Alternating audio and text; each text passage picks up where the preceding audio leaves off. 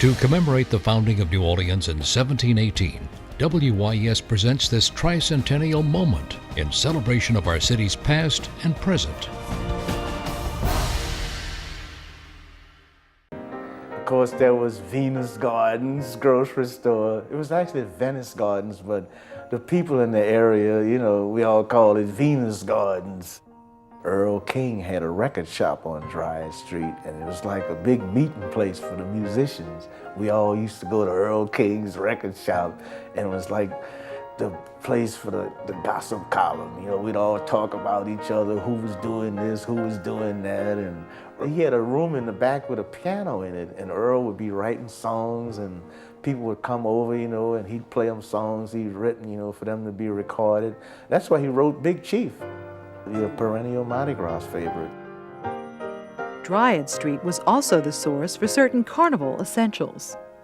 But the main attraction with Dryades Streets around carnival time would go to Hellman Spear Wig Store. That was the big destination, to buy wigs and mustaches and crepe hair and stuff like that, for our costumes.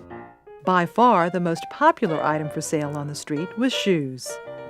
Most of the young Jewish boys growing up in New Orleans had weekend jobs at the shoe stores.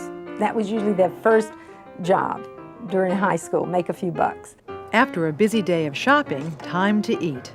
One popular spot was the Kansas Delicatessen, opened from the early 1900s until the Second World War.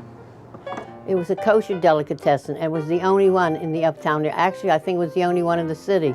First of all, they used to have a big barrel of pickles, and the deli itself was so delicious. The corned beef and the pastrami, they were very aromatic. It had a special odor that only a kosher delicatessen could have. In 1941, Jackie Gothard's parents opened a deli uptown.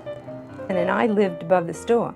And my dates came to pick me up and bring me home. We had to walk right through that kosher deli to pick me up and deliver me back. And they loved it because a lot of the Tulane boys were from the New York area, and they were starving for kosher foods. And my parents would come down and whip up corned beef and salami sandwiches, and the guys would dig their hands into the pickle barrel, and it was wonderful.